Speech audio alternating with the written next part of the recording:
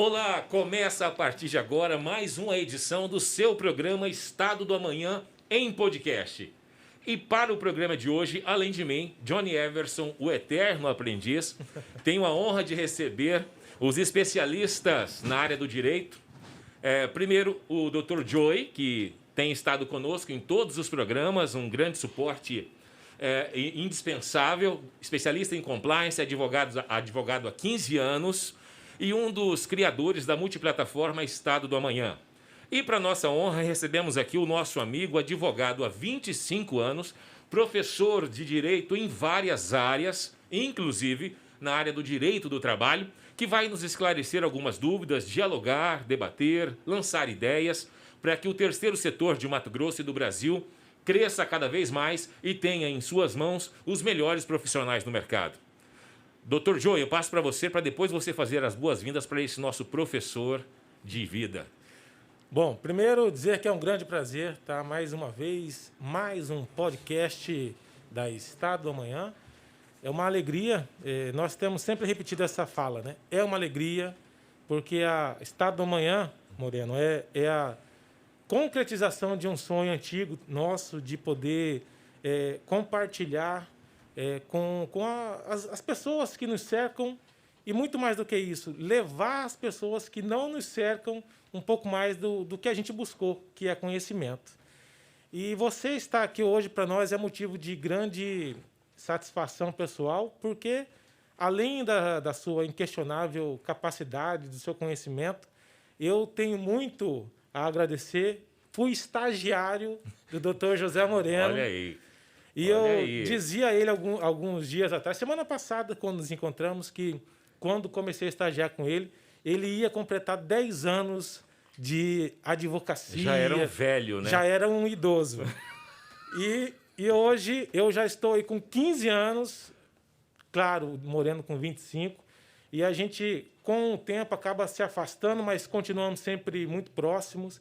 E então, quero dizer que tem em você uma referência como profissional, e um pouco do que eu sou hoje, com certeza, é porque você foi para mim um exemplo e a gente continua seguindo por esse caminho aí. Hoje trabalhamos muito com o terceiro setor, tornou a nossa principal, nosso principal objeto de atuação, mas também estou professor de Direito do Trabalho atualmente, e é uma grande satisfação estar com você e poder, nessa tarde, bater um papo com quem nos assiste ao vivo, com quem vai nos assistir depois com o podcast gravado e compartilhar um pouco do seu conhecimento e da sua vivência. Seja bem-vindo, meu irmão. Muito boa tarde a todos. Diante de tantas palavras belíssimas, eu não poderia, antes de começarmos esse bate-papo em podcast, também retribuir, né? Eu quero dizer que quem se sente honrado sou eu de estar aqui na presença de vocês, Johnny Everson, agradecer a todos vocês que estão nos assistindo, mas eu quero dizer do orgulho que eu tenho de estar aqui, de ter sido convidado. Você sabe que quanto mais velho a gente vai ficando, a gente começa a filtrar os convites, filtrar aquilo que a gente deve realmente fazer, né? Ficar mais tempo com a família, se dedicar mais a Deus, a situações que sejam realmente importantes para a sociedade. E vocês podem ter certeza que eu vim aqui não apenas pela amizade que nós temos, mas porque vocês têm que ter um orgulho do projeto que estão desenvolvendo. Essa multiplataforma, Estado do Amanhã, tem feito e tem trazido um benefício imenso a todos que assistem, trazendo informações relevantes, ajudando as entidades paraestatais. E eu quero chamar a atenção de como nasceu esse projeto. A sementinha que vocês plantaram, enquanto as pessoas sequer acreditavam nisso. Eu tenho certeza que hoje, não só no Centro-Oeste, mas quiçá talvez no Brasil, vocês são, sim, aqueles que mais entendem de entidades civis do terceiro setor e que auxiliam a criação e que auxiliam como deve ser trabalhado, como deve funcionar. Então, eu não poderia me furtar de estar aqui hoje, de atender a este convite. Mais uma vez, sinto-me honrado E é um orgulho tremendo estar aqui com vocês. E já digo, podem me convidar quantas outras vezes for, que farei questão da gente estar organizando a agenda e estar junto convosco nessa empreitada, e do que a gente puder auxiliar, estamos sempre prontos. Olha, Joey, depois do Moreno se colocar à disposição, eu quero então já deixar aqui um convite feito, ao vivo, para que nós façamos frequentemente esse encontro, esse bate-papo, para que a gente possa, no futuro, tratar de outras dúvidas, que com certeza um podcast apenas não vai tirar todas as dúvidas do setor. Com certeza. Né? E o Moreno tem muito para contribuir, não só nessa área trabalhista, Joey, mas em toda essa seara política e técnica que nós precisamos, de uma vez por todas, desburocratizar, modernizar a máquina e trabalhar de maneira descentralizada, e a descentralização se dá pelo terceiro setor, para que a sociedade seja grande, privilegiada com ações executadas por especialistas e com toda a transparência e ética necessária. E quando eu falo de transparência e ética, Moreno, eu quero dizer que eu vou entregar aqui a condução deste programa de hoje praticamente para o Joey, que embora seja um especialista e não o condutor do programa, para tratar desse tema tão delicado que é a questão trabalhista no Brasil, a questão trabalhista no terceiro setor, no segundo setor também, não tem como não citar o segundo setor. Eu quero ouvir vocês, porque eu confesso que tenho muitas dúvidas nessa área. Por isso o tema escolhido, que inclusive é o tema de um dos cursos da multiplataforma Estado do Amanhã, tema Gestão Trabalhista nas Organizações da Sociedade Civil, o professor deste tema, ninguém mais, ninguém menos que o doutor José Moreno Sanches Júnior, e que se colocou também à disposição para esse bate-papo informal, que enriquecerá a videoaula deste curso, que em breve estará à sua disposição. Joey, está no seu pé a bola. Pode conduzir. Bom, naturalmente, quando falamos de gestão trabalhista, especialmente no terceiro setor, existe muita dúvida. As pessoas confundem ainda hoje a questão da ação que as entidades do terceiro setor executam com filantropia. E especialmente quando fala propriamente dessa relação de contrato. Tem muita gente que confunde o que é um contrato de trabalho e um contrato de emprego, né, Moreno? Eu queria que você falasse, é claro, não especificamente apenas sobre o terceiro setor, até porque as obrigações elas são inerentes não à função, à natureza jurídica da entidade, mas sim à relação propriamente dita, né? Claro. Então, primeiro, trazer esse aspecto da sua experiência, vivência de vida, explicar para nossos ouvintes e nossos telespectadores qual é essa distinção entre um contrato de trabalho e um contrato de emprego, quais os elementos objetivos, o que distingue um do outro, enfim. Queria que você... Claro. Antes de nós falarmos exatamente sobre essa questão de requisitos, é importante que a gente traga, né, ao conhecimento que eu penso que o grande problema hoje, seja das entidades, do terceiro setor, ou até mesmo do segundo setor, é você não fazer um planejamento prévio daquilo que você se propõe a fazer. E é comum, infelizmente,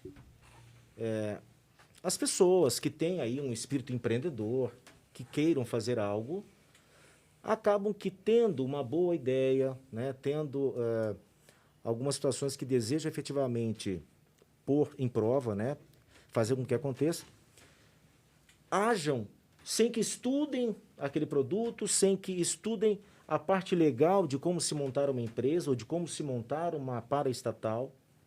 E eu penso que aí é que entra o grande X da questão, não só para os problemas de ordem trabalhista. A partir do momento que você estuda aquilo que você vai fazer, que você prepara, que você consulta profissionais técnicos que tenham realmente conhecimento sobre o conteúdo que vai ser feito, você vai se preparar e você, sabendo quais são as regras do jogo, Johnny, você vai evitar grandes problemas, inclusive na ordem trabalhista. Onde eu quero chegar com tudo isso? Para a legislação trabalhista, não há, no primeiro momento, uma distinção de uma entidade do segundo setor, aquela que tem o objetivo de lucro, aquela que é o próprio mercado em si, com uma paraestatal que não tem fins lucrativos. Então, se uma empresa contrata uma secretária ou se uma paraestatal contrata uma secretária, ambos estão sujeitos às regras da legislação trabalhista. E, uma vez não cumprindo-as, estarão sujeitos às penalidades previstas. Ação trabalhista, pagamento de indenizações, enfim. Auto de infração em um processo fiscal. Sem sombra de dúvida. Então, assim, acho que o primeiro ponto é você conhecer o que você vai fazer, né? Uma vez fazendo isso, quais os tipos de contrato que eu posso ter no terceiro setor? Isso na esfera trabalhista. É claro que quando você fala de uma entidade que atua no terceiro setor, vem em mente o quê? Uma entidade sem fim lucrativo. Mas espera lá, a gente não pode deixar de levar em consideração que é impossível você levar um processo adiante sem que você tenha uma base financeira. Claro. E, mais importante que isso, além da base financeira, você tem que ter profissionais, técnicos, responsáveis, capacitados para que aquele projeto chegue ao seu objetivo, que a finalidade seja atingida. E eu não vou fazer isso, gente, necessariamente apenas com trabalho voluntariado. É impossível. Hoje, quando você firma uma parceria com o Estado para montar um projeto, independentemente do valor, né, que vai ser utilizado naquele projeto, você vai ter que prestar contas, principalmente à sociedade. Uhum. Ou seja, o trabalho que você vai prestar com aquele projeto, ele tem que atingir aquele objetivo. E como que isso vai ser feito? Através de profissionais habilitados que vão ser remunerados. Muitos deles vão ter carteira assinada, serão regidos pela CLT. Então, veja, e agora respondendo a sua pergunta, né? Eu tenho o trabalho, né, que é a prestação de serviço em si, e tenho o vínculo de emprego, que para que ele venha a existir, eu preciso de alguns requisitos, que são basicamente um trabalho oneroso, ou seja, que tem uma remuneração, eu tenho que ter subordinação, e esse trabalho não pode ser de forma eventual. Se eu conseguir esses 3 requisitos específicos, eu estarei diante de uma relação de emprego, seja ela com uma instituição do segundo setor ou do terceiro setor. E aí, então, a gente volta naquela situação que não diferencia uma situação da outra, ou melhor dizendo, que não diferencia uma entidade do segundo setor, que atua no mercado, ou uma paraestatal, para fins de natureza empregadora trabalhista, né? Então, esses requisitos, uma vez eles sendo preenchidos, seja uma empresa ou uma instituição sem fim lucrativo, vão estar sujeitos a todas as legislações trabalhistas existentes. Perfeito.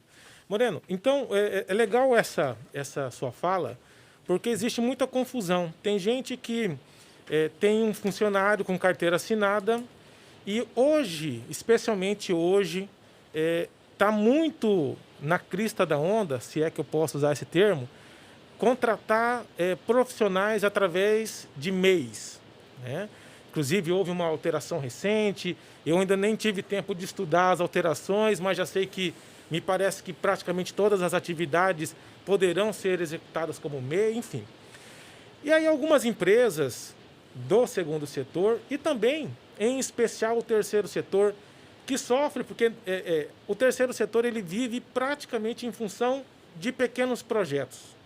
Então, ele consegue lá um recurso para um projeto específico, ele contrata para aquele projeto específico e isso, muitas vezes, dificulta que ele tenha lá funcionários com carteira assinada, porque a carteira assinada supõe um vínculo habitual que vai prolongar no tempo, princípio da continuidade, da relação e tudo mais.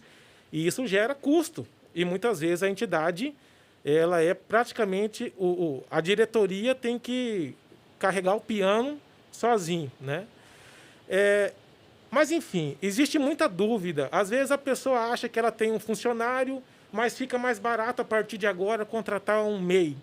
E aí ele simplesmente dá baixa na carteira e faz um contrato de prestação de serviço, mas mantém os mesmos requisitos. O cara continua trabalhando a mesma jornada, com habitualidade, com subordinação. E aí, o que isso pode acarretar? Eu acho que essas são as dúvidas que normalmente acontecem, especialmente para o terceiro setor. Queria que você falasse sobre isso um pouco para nós. Me preocupa muito vocês terem me convidado. Aí você faz uma pergunta dessa, a minha cabeça ela viaja. Cara, já veio tanta coisa aqui. E antes de responder a sua pergunta, então, eu vou contar uma outra historinha. Dentro, obviamente, do contexto. Claro. Você vai fazer uma festa de casamento, você contrata um cerimonial, você contrata a banda. Aliás, já tivemos banda, né, gente? Sim. Você contrata uma banda, tem o serviço dos garçons, enfim. Tem toda uma estrutura que vai ser utilizada para aquele serviço específico.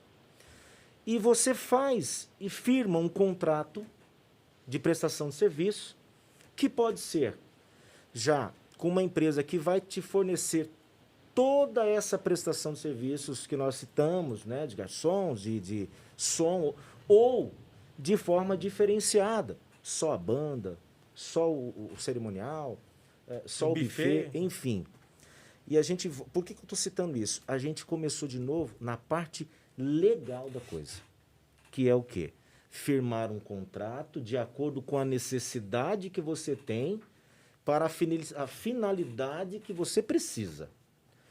Quando você tem uma empresa do terceiro setor e você firma uma parceria, aquele projeto ele é apresentado já com um cronograma do início ao fim. Concordam comigo? Sim, exatamente. E ali você talvez tenha necessidade de ter um profissional que atue mais, ou talvez você tenha necessidade de uma prestação de serviço específica para um dia, talvez uma filmagem, um trabalho de fotografia, enfim, que não tem ali uma necessidade. Dentro ainda desse projeto, você tem, eu já citei aqui como exemplo, uma secretária, talvez um office boy. Então, onde eu quero chegar? Nós citamos aí, aquele profissional que vai estar atuando mais vezes, nós vamos ter um profissional que vai atuar eventualmente, nós temos uma secretária que é diuturnamente, nós temos um office boy que provavelmente também o será. Todos eles trabalhando não necessariamente para a paraestatal em si, mas para este projeto específico. Ok? Sim. Então vamos agora levar o raciocínio para a sua pergunta. Eu posso, de forma legal, diferenciar os tipos de contratação. A secretária, por que não fazê-lo pela CLT se ela tem uma regularidade? O office boy também. Aquele profissional que veio fazer apenas um trabalho de filmagem, por que não emitir uma nota fiscal? Porque ele, na minha concepção, está fazendo um trabalho autônomo, específico. Aquele profissional que eu tenho uma atuação maior, vamos supor que seja um professor. Por que não contratá-lo por MEI, como você falou? E à medida em que ele trabalhar, ele vem e te emite também a nota fiscal. Então, vocês percebam que tudo isso passa por conhecimento legal e o enquadramento, né, do que está sendo feito dentro da legislação existente. E aí, Joeverton, pode acontecer sim a confusão que você citou. Vamos pegar o exemplo desse cidadão que vem dia sim, dia não, ele filma, por exemplo, uma aula, apenas um exemplo hipotético, né, nessa tese que a gente está construindo. Só que você começa a pagar esse cidadão por mês. Você começa a exigir desta pessoa um horário fixo, Johnny.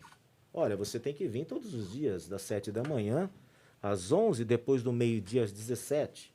Ah, mas eu tenho um compromisso. Não, não, você tem que vir esse horário. Ou seja, estamos diante da subordinação. Então, aqueles requisitos que não existiriam, eles passam a existir. Porque você tentou formatar de uma forma aquele contrato com aquele trabalhador, mas você o executou de outra forma. E aí vai acontecer o que você disse. O cidadão para analisar e fala, pera lá, eu tenho todos os requisitos de vínculo de emprego. Aí ele procura um advogado, o advogado analisa a situação e fala, de fato, você era um empregado. Ajuiza a ação, Johnny. E muito provavelmente ele vai ter o reconhecimento daquele vínculo, né? Agora, ainda diante da pergunta que você fez.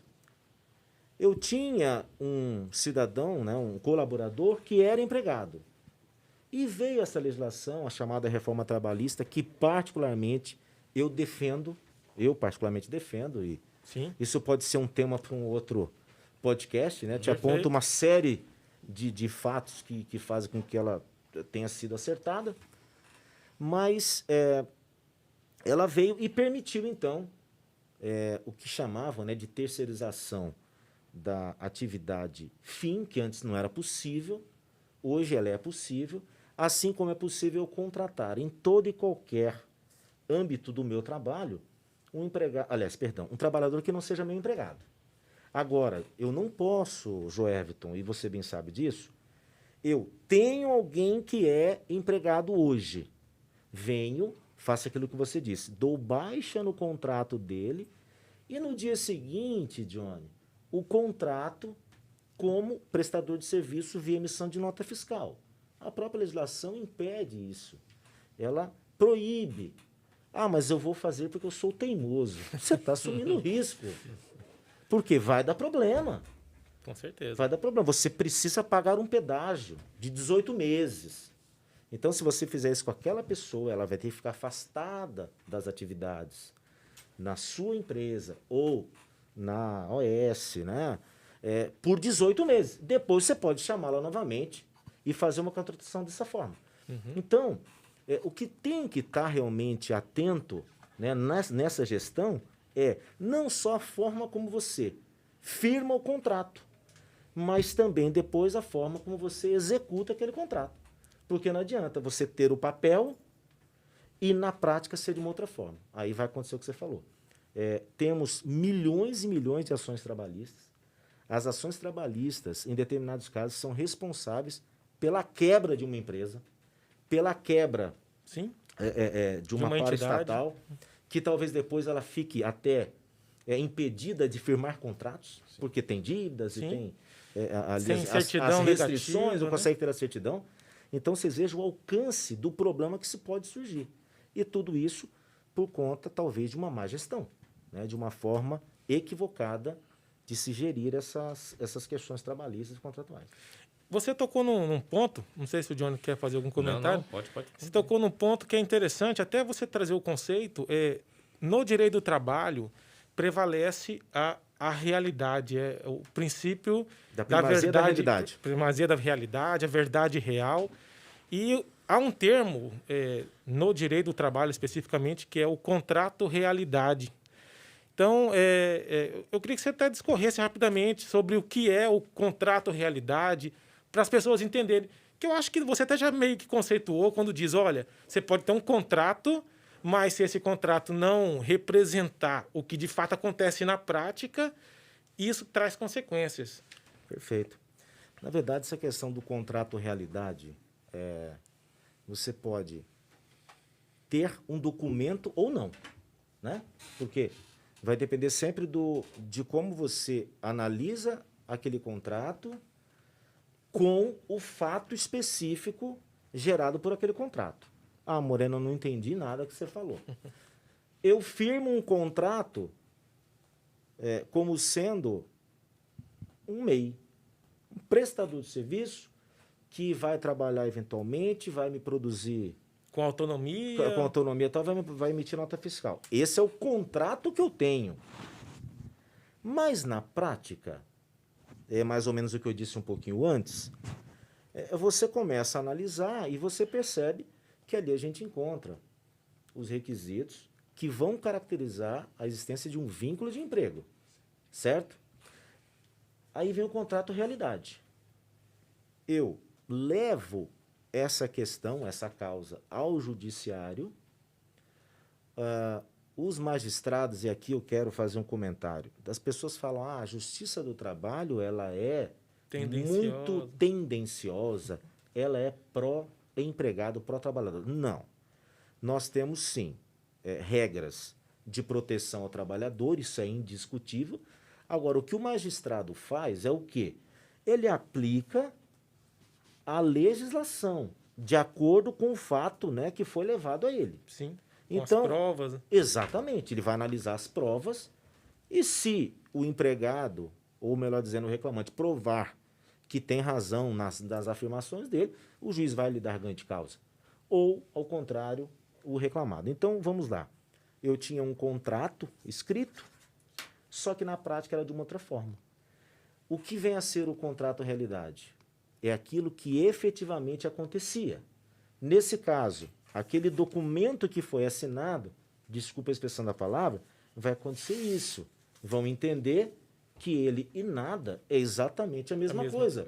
Porque, na realidade, era um contrato de emprego. Agora, a gente pode inverter.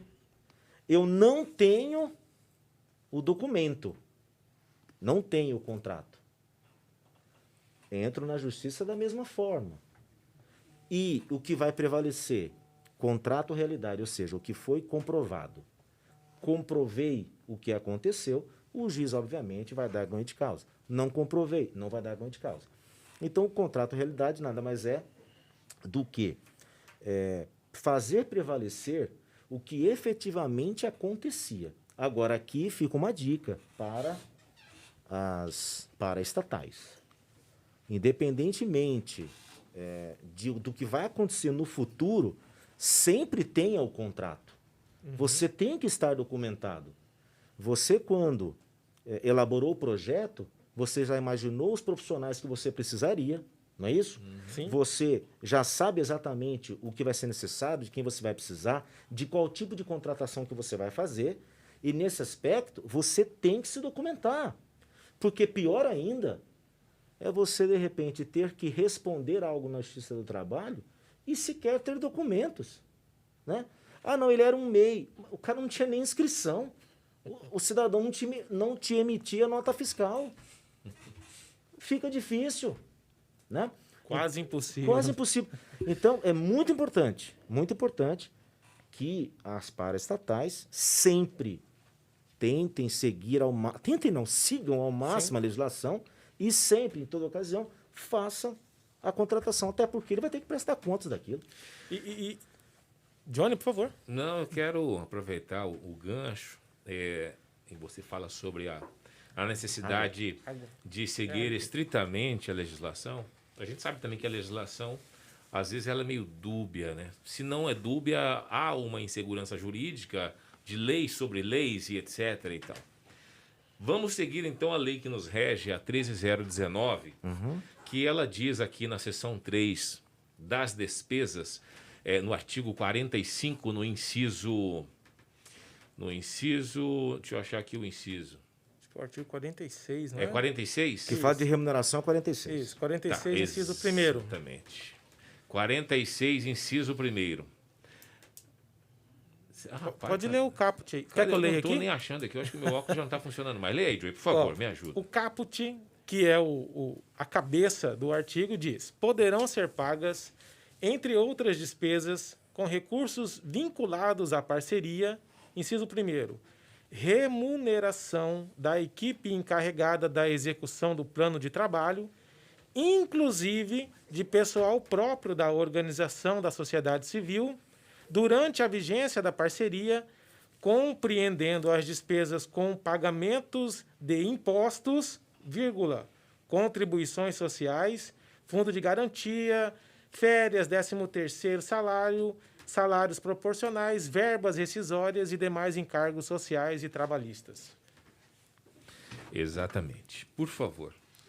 Esse ou, quando cita a questão da possibilidade da contratação por CLT, doutor Joe e doutor Moreno,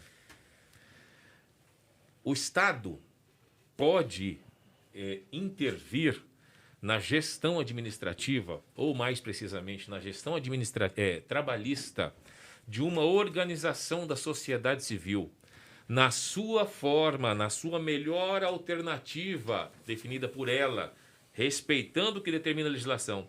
O Estado pode fazer uma analogia do processo a seu bel prazer e intervir em que forma de contratação essa OSC tem que adotar por uma instrução normativa que está abaixo de uma lei federal?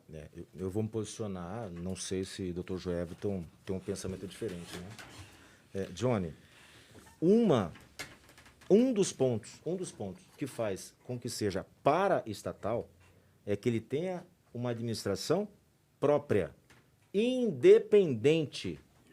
O Estado não pode intervir na minha administração. Então vamos lá. Se eu tenho um artigo 46 que permite que haja remuneração e tal, nós até comentamos isso um pouquinho antes, né? Uhum. Quando você faz um projeto, você tem que montar exatamente o material trabalho, humano, né? O plano de trabalho, os equipamentos, tudo que você vai precisar.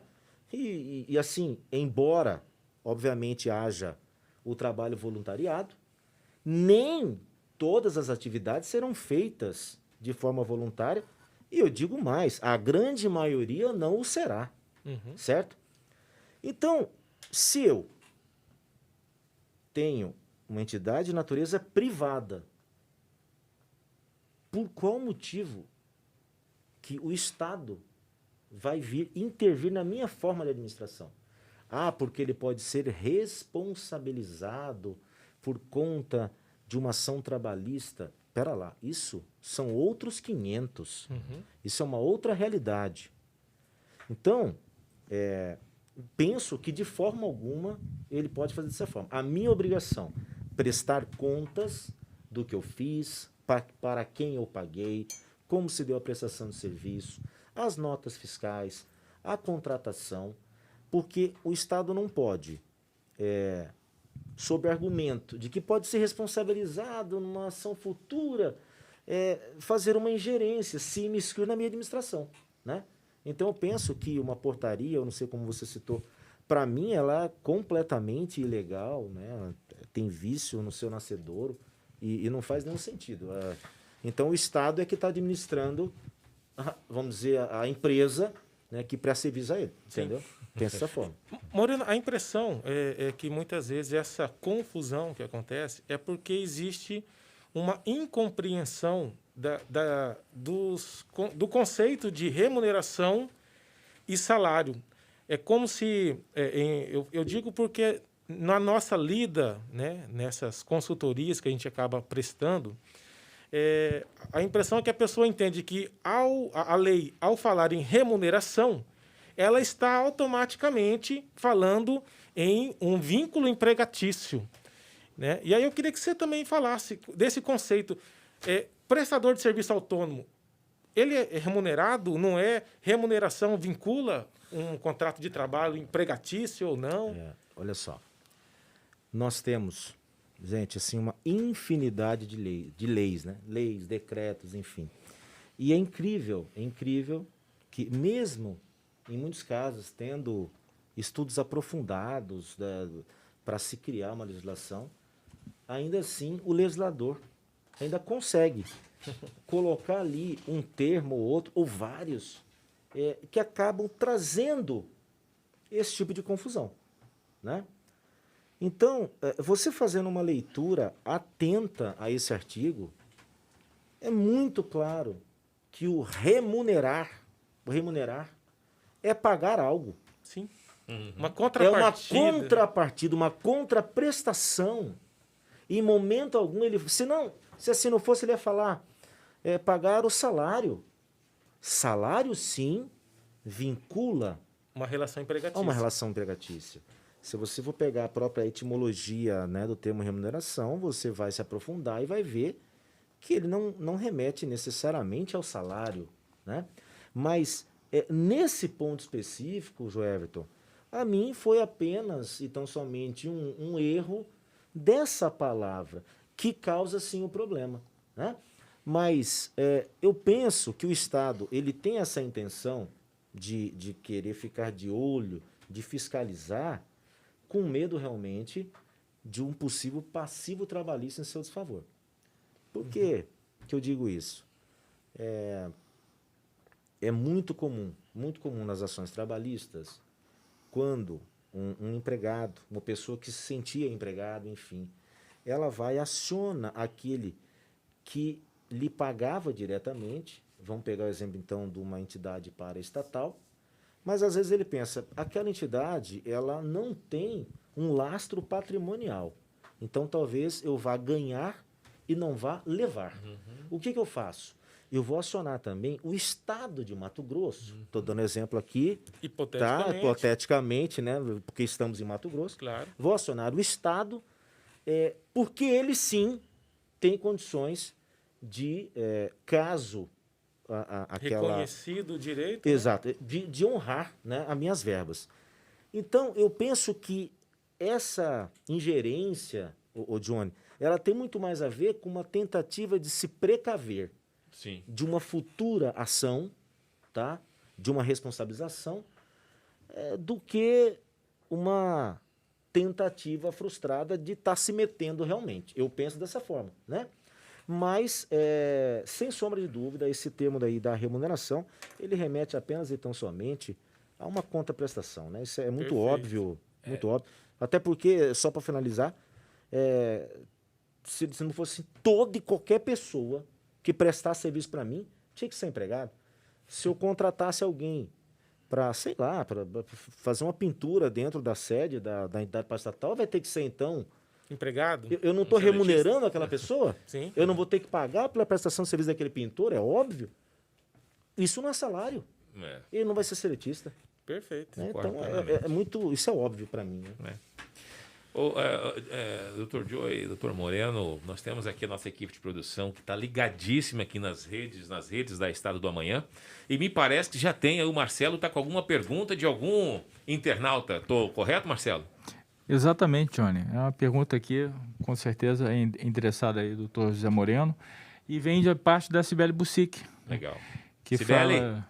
um abraço para a Cibele, que tá. A Cibele é audiência garantida. Aliás, ela é presidente de uma das organizações mais sérias e competentes do estado de Mato Grosso. E tradicionais. Instituto Inca. Um beijo, Cibele. Obrigado pela audiência. Siga aí, Marcelo. A questão da Cibele se trata a respeito do MEI, né? O microempresário individual, né? Por que não se pode usar o MEI? Né? Seria essa a pergunta dela. Agora... Eu creio que a pergunta dela, Moreno, só para traduzir, eu sempre dialogo com a Cibele sobre essas questões do terceiro setor, exatamente está relacionada a essa pergunta que eu fiz anteriormente. Em alguns órgãos do governo aos quais nós estabelecemos parcerias para a consecução de objetos de interesse comum, a gente enfrenta, em alguns casos, algumas resistências em relação à contratação por meio de MEIs de alguns profissionais. Estes, em especial, creio que seja a dúvida dela, ligados à parte da gestão do projeto. Não a parte finalística em si, mas a parte da gestão. Talvez seja essa a dúvida, né, Joey? Possivelmente. Então, nesse sentido, eu já tive esse debate com alguns consultores jurídicos do governo, de algumas secretarias de governo, que eles entendem que essa parte da gestão, a parte diretiva, membros de uma diretoria de uma organização que, porventura, prestem serviços em determinados objetos, frutos de parceria, ou seja, que tenham recursos públicos, eles precisam firmar essa prestação de serviços com a organização por meio de CLT. Bom, Cibele, um abraço, né, de nossa parte, satisfação. Muito pertinente sua pergunta. Eu volto a falar, né? Eu desconheço legislação que proíba essa questão de que eu faça a contratação por forma de MEI. Agora, qual que é o grande problema, penso eu? A determinada secretaria ou determinada entidade só vai firmar um contrato comigo se for desta forma, ou seja, via contratação por CLT. Eu fico amarrado, John. O que eu vou fazer?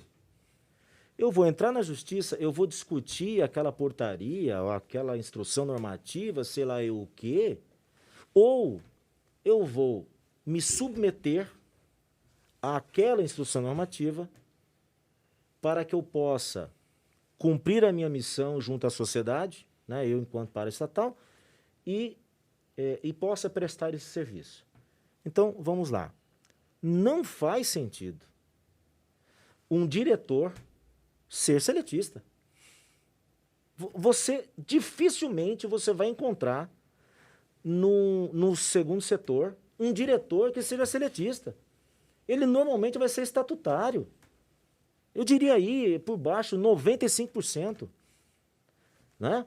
Sim. E ele tem uma prestação de serviço específica, pontual, especializada para aquele projeto. Guardada a proporção, Cibele, de forma bem figurativa. Imagina um contrato de empreita, né?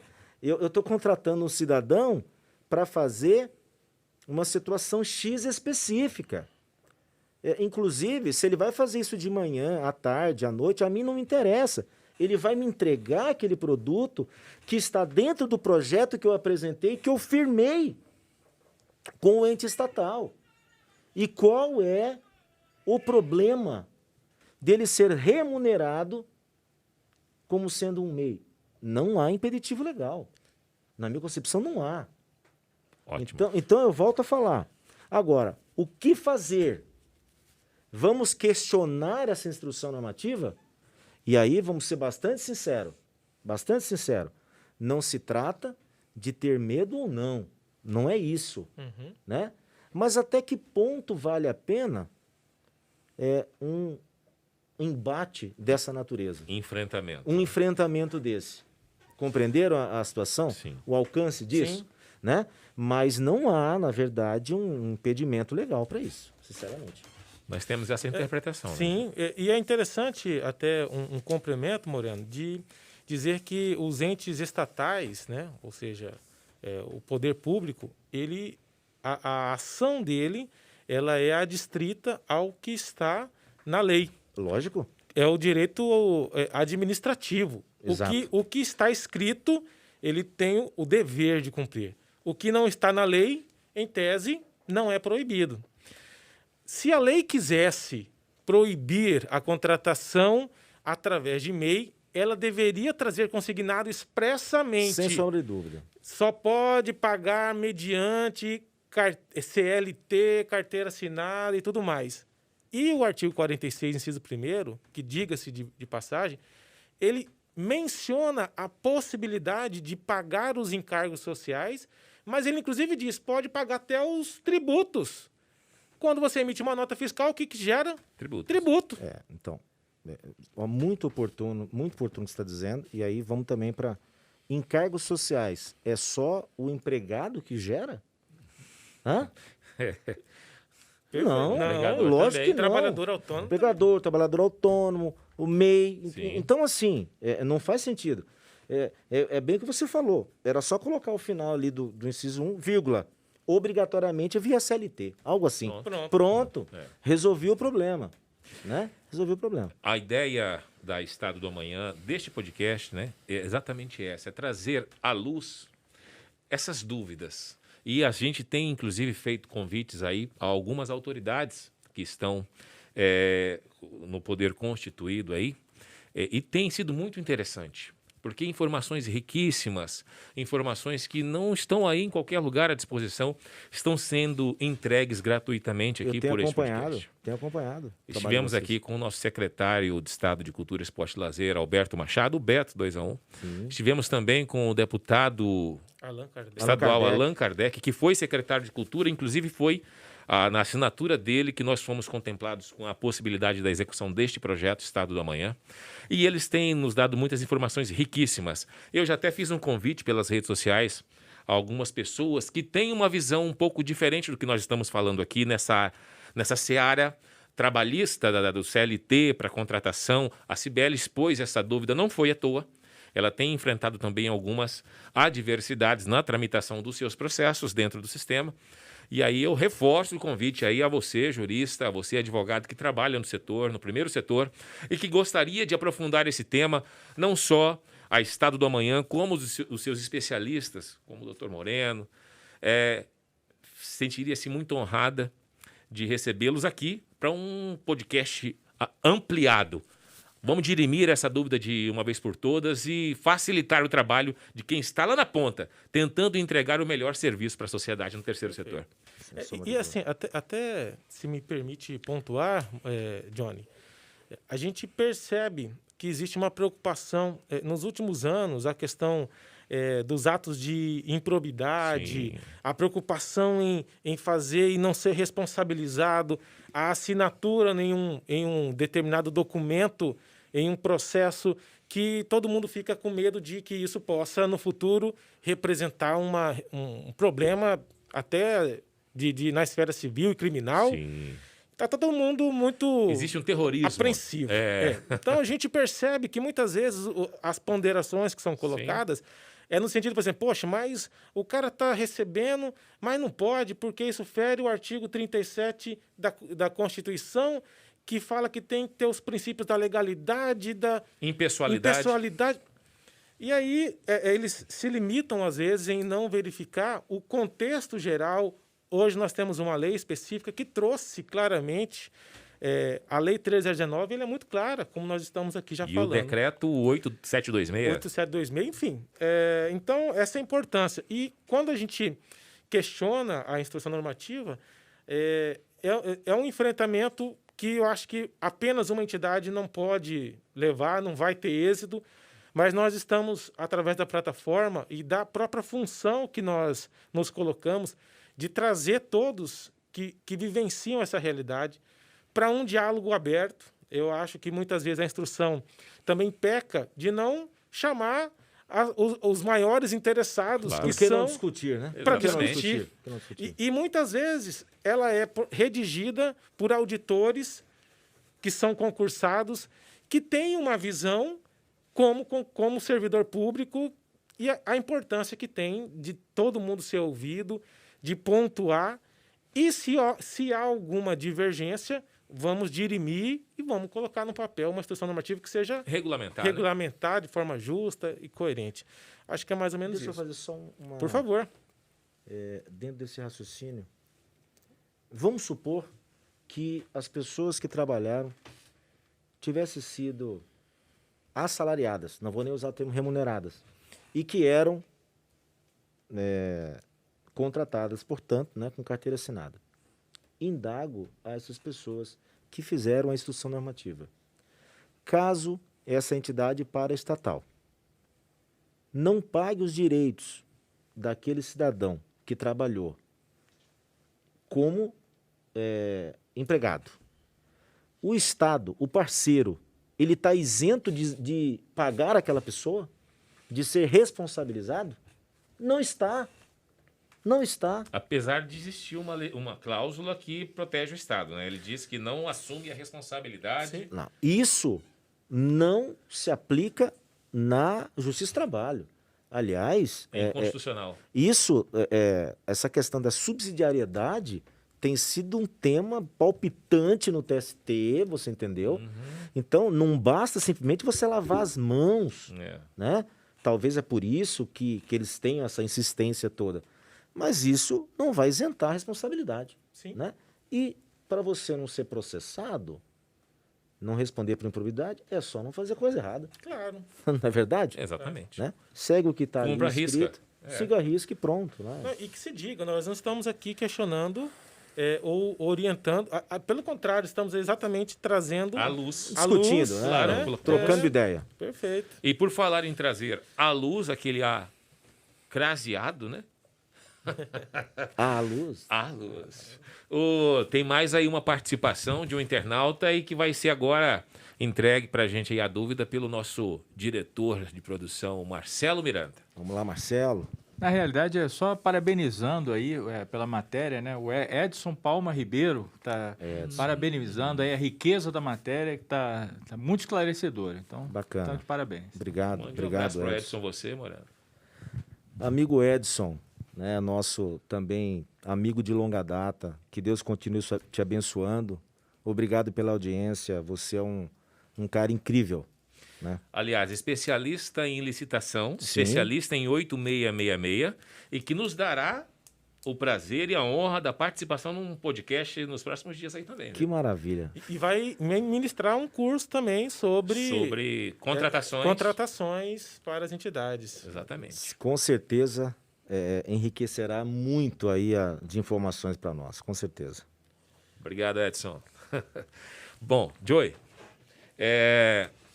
traduzindo, o Dr. Moreno vai ministrar, vai nos orientar nesse tema gestão trabalhista nas organizações da sociedade civil.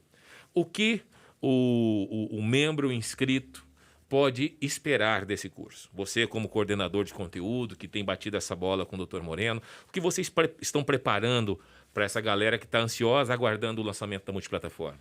Perfeito. A ementa desse curso, primeiro destacar que os nossos cursos são cursos de curta duração. A ideia é dar dicas objetivas, trazer à luz algumas dúvidas que acontecem no dia a dia das entidades.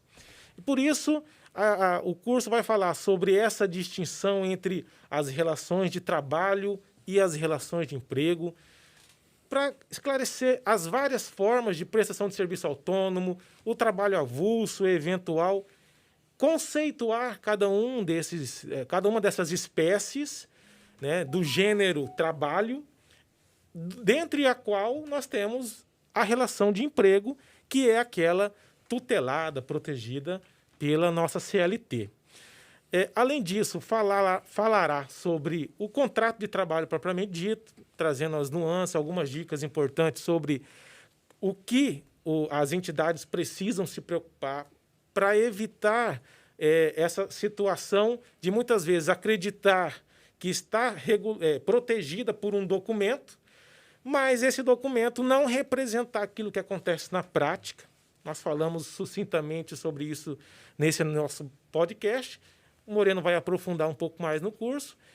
E, para finalizar, ele vai falar também sobre as consequências de uma eventual fraude ou tentativa. Muitas vezes a fraude acontece sem que a pessoa saiba que está cometendo fraude, ou seja, não há o intuito de cometer um ato ilícito, mas mesmo assim ele acaba o cometendo por desconhecimento. Exato, por equívoco, com certeza.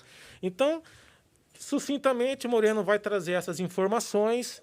Tenho certeza que a sua experiência, tanto como advogado já há 25 anos, o contato, o aprendizado que eu tive com ele me mostra essa preocupação. É um profissional extremamente zeloso com a sua profissão, tem amor, e por isso, inclusive, talvez eu tenha aumentado a paixão que eu tenho pela advocacia.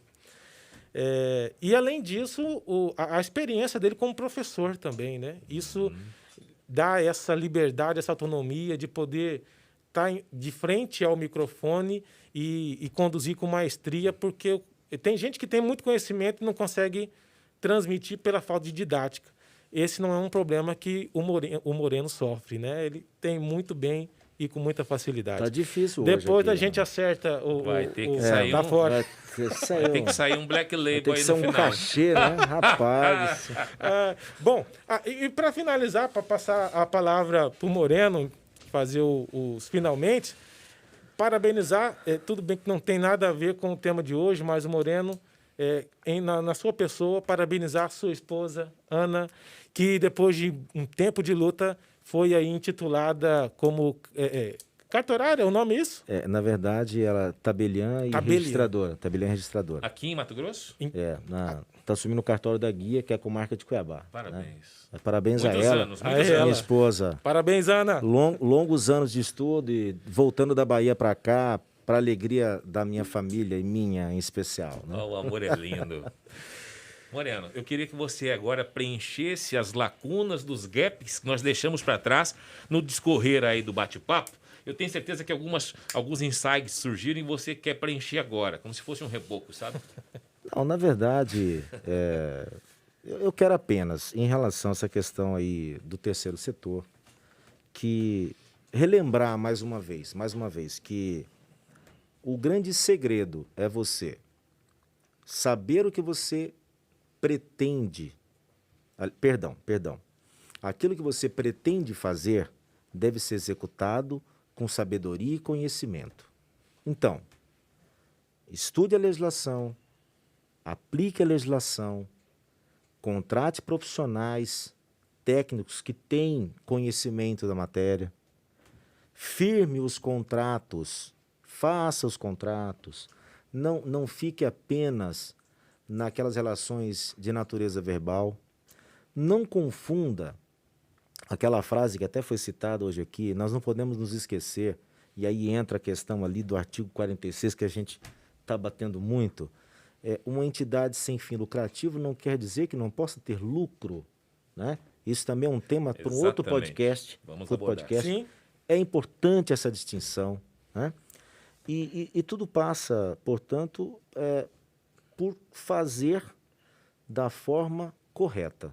Esse é o grande segredo, não tem muito mistério, né? No mais, eu quero de coração agradecer ao Joeverton, ao Johnny, cara, que são irmãos que eu tenho desde, sei lá, de muito tempo, né? A gente tá aí batendo aí na casa dos 50 anos, né, Marcelo? É complicado já, mas melhor assim do que morrer cedo, né? Eu prefiro assim. É verdade, é melhor ficar velho. É melhor ficar velho. Então, eu quero realmente, tirando as brincadeiras de lado, agradecer a oportunidade. Mais uma vez, parabenizar a Multiplataforma Estado da Manhã. Eu tenho certeza que já é um sucesso. O trabalho que vocês estão prestando é de uma qualidade ímpar, né? E tenho certeza que isso aqui vai crescer muito e muito. Vocês terão muitos frutos e principalmente a sociedade mato-grossense, quiçá brasileira, porque a internet tem um alcance aí mundial, né? Até além do Brasil, melhor dizendo, né? E me coloco sim à disposição para outras oportunidades, certo? E no mais, desejar que Deus abençoe a cada um de vocês, a vocês que nos assistiram. Obrigado aí pela audiência à Multiplataforma. E vamos planejar que isso se torne uma programação Encontro semanal? Por que não? Semanal. Vamos estudar e eu penso que tem tudo para dar certo, sim, por que não? Obrigado. Perfeito. Né?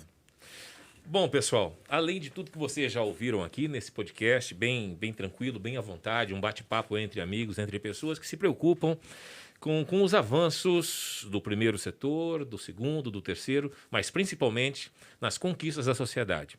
Eu não posso me despedir antes de agradecer mais uma vez ao nosso advogado, amigo, Dr. Moreno, agradecer também ao Joey. Mas esse agradecimento eu vou fazê-lo em forma de uma pequena lembrança, Dr. Moreno. Talvez as pessoas não saibam, a audiência não saiba que você, antes de ser esse renomado advogado, foi um dos melhores e né, um dos melhores contrabaixistas do mundo. Claro. Já pensou, Marcelo? E nós nos conhecemos na década de 80, em meados ali, como diria Chinho, em meados de 86, 87, Banda Recrutas da República. O doutor Moreno, então, era um aluno colegial e era o todinho das meninas, né? Naquela época. Meu Deus do céu. Era o galã da banda. Não estou acreditando nisso. É verdade. E é o seguinte, eu lembro que após essa fase do rock nacional da década de 80, da fase colegial do Colégio São Gonçalo... Tá me dando medo. O que vem? Não, eu me lembro que em seguida, cada um foi para o seu lado. A vida nos leva, né? E aí o doutor Moreno, então funcionário do Bamerindos, depois pediu para sair para ser realmente advogado. Já tinha a OAB e tudo mais e investiu na sua carreira. E ele já era um advogado de sucesso quando eu, passando pela Miranda Reis, encontrei... Isso eu lembro. Eu no meu cadetinho... Fala então. Para mim que era um Tempra. Não, o Tempra foi depois, eu já era sucessozinho. Já era? Aquela época do Cadetinho, eu estava começando o sonho de se tornar um artista. Você parou. Eu estava na antiga rodoviária ali, já foi a rodoviária de Cuiabá. Exatamente. Você parou e falou, Moreno, eu vou me dedicar exclusivamente à música. Exatamente. Você lembra disso? Lembro disso. E eu quero te dar um presente. Ele virou assim, no banco de trás, tinha uma caixa de papelão, tirou um CD, não foi isso, doutor? Foi isso. Tirou um CD, me entregou. E eu lembro de falar, rapaz, eu admiro muito você. Não é pouco, não. Porque não é fácil, né, você buscar esse sonho, você viver da música. Eu me lembro disso como se fosse hoje, e para não ter nada, tem uns 20 anos que aconteceu isso daí. Esse ano foi no ano que eu estava indo para o Rio de Janeiro gravar um outro disco lá com o pessoal, em Niterói. Foi em 98 para 99. Nossa Senhora. Você encostou na janela do carro e falou, Johnny, eu te admiro porque você está sendo muito corajoso. Foi. Você vai tentar viver da música no Brasil? Falei, vou. E aí, quer dizer, quantos anos se passaram, várias luas se passaram, e nós estamos aqui. Dr. Moreno, um advogado referência no Brasil, referência em Mato Grosso. Todos conhecem o Dr. Moreno como advogado, suas causas, suas lutas.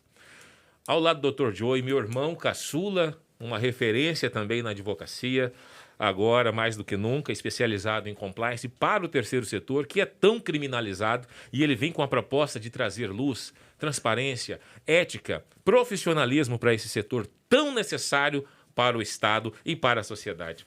Eu só tenho que agradecer a Deus mais uma vez, não só pela sua audiência, pela realização de mais esta edição da Estado do Amanhã, mas principalmente por me colocar sempre ao lado de pessoas que, pelo simples fato de existir, me tornam mais feliz e me ensinam muito para que eu seja um homem melhor para o próximo. Valeu, pessoal, pela audiência. Obrigado à equipe da Estado do Amanhã, Marcelo, Neto, Marquito, Arthur, Joel, Josias, Adiceli. Tem mais alguém? A Sol. E o Joubert. Isso. Bom, obrigado a todos. Fiquem com Deus e até a próxima Estado do Amanhã em podcast. Até mais, pessoal. Tudo bom.